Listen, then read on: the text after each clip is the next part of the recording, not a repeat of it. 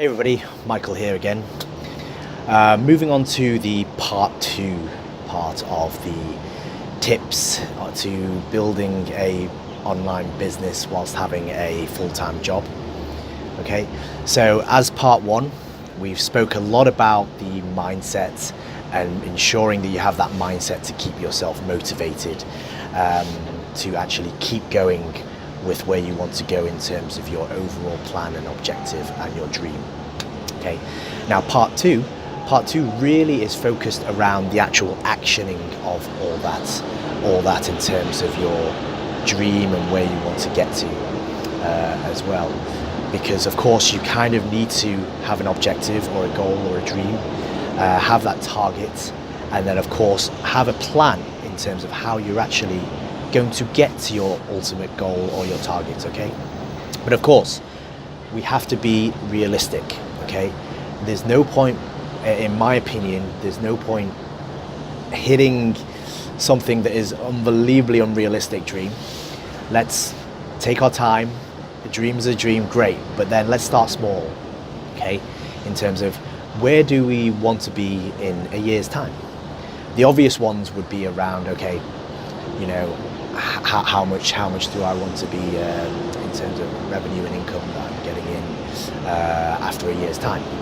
Okay, that's the obvious one, and it could be other things as well in terms of the amount of time that you free up as well. That could also be another goal or target, and then you just have to kind of reverse engineer it and work it backwards to a granular level of the steps that you kind of need to take to get to that overall objective. So over the course of the year, it could be that, yep, you have that plan, you've got your target that you want to hit. You then divide that by 12 potentially in terms of, okay, this is what I need to do on a monthly basis. Okay, then you break that down into maybe weekly and then potentially almost daily as well, to really start understanding from a daily method of operation exactly what I need to do every single day to be able to achieve my goal and my target. So let me kind of give you an example of how that kind of works as well in terms of linking this in with the mindset too. Okay, so one of the things being, like, for example, an obvious one, losing weight, for example. Okay, so I want to lose weight.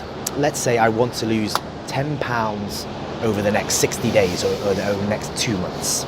Okay, so when you think about it, it sounds 10 pounds, it's quite a lot actually, and over the course of 2 months, sounds like quite a challenge actually to be able to get to that stage. But then you start thinking about it and breaking it down into a more granular level, where you then start thinking about it, okay, so what would I then need to do almost on a weekly or daily basis, okay, to get down to that level. Okay, so if you kind of work it out already, it's like 60 days is 10 pounds, 10 pounds being, okay, so actually now every 6 days I need to lose 1 pound. That's starting to sound even more realistic, isn't it? It's like 1 pound, okay, 1 pound, 6 days, I could probably do that. Yeah, it's sounding more and more, you know, from a mindset perspective, yeah, okay, I can do that. And then you're dividing that by, and so it's a sixth of a pound every single day. So you can take steps to that, and then you can start planning, okay, my calorie intake needs to be this every single day, and I need to do this amount of exercise every single day to be able to achieve that target. So, and you know, as you track that as well, and you have that progression, you get more motivated, and it allows you to stay on track. Okay, so that's something that's an ultimate tip. Have an objective, have a goal, have a plan, and try and get back down to the more granular level. Okay. Second tip really is around the fact that it links in with the first part as well, the first one. Make sure you actually have down what you think you can feasibly do on a daily basis. So a daily method of operation. And it's almost like writing down your meta stories as well. So you're going down to that granular level and having your action plan each and every day of what you need to do specifically in order to achieve your goal. Now, this is where things start getting a bit difficult because, and I totally appreciate this having gone through this myself as well. When you've got a full-time job and you're trying to do your business on the side, it is extremely difficult and does require a bit of hard work and discipline. There's no doubt about it, but ultimately if you want to reach your dreams and your goals, it's just what you've got to do. Okay, of course it's naturally going to be a struggle initially, but once you kind of get into the routine, it gets better, trust me. Okay, it's all about getting started and getting into that routine of ensuring that you get some of these things done on a daily basis at least. Okay, so really it's just setting that up and being realistic though as well, because most importantly, there's no point over tiring yourself out as well. You've really got to make sure you look after your health too. So of course, make sure you take your breaks, have some time off as well. Don't kill yourself, because if you're not healthy, you won't be able to get anything done whatsoever. So that's another tip of mine as well. Be realistic with your time. If your job is not going to give you the opportunity to do it every single day, or at least siphon off an hour or two every day, then at least try to maintain consistency in another way. If it's not every day, it's every other day at bare minimum.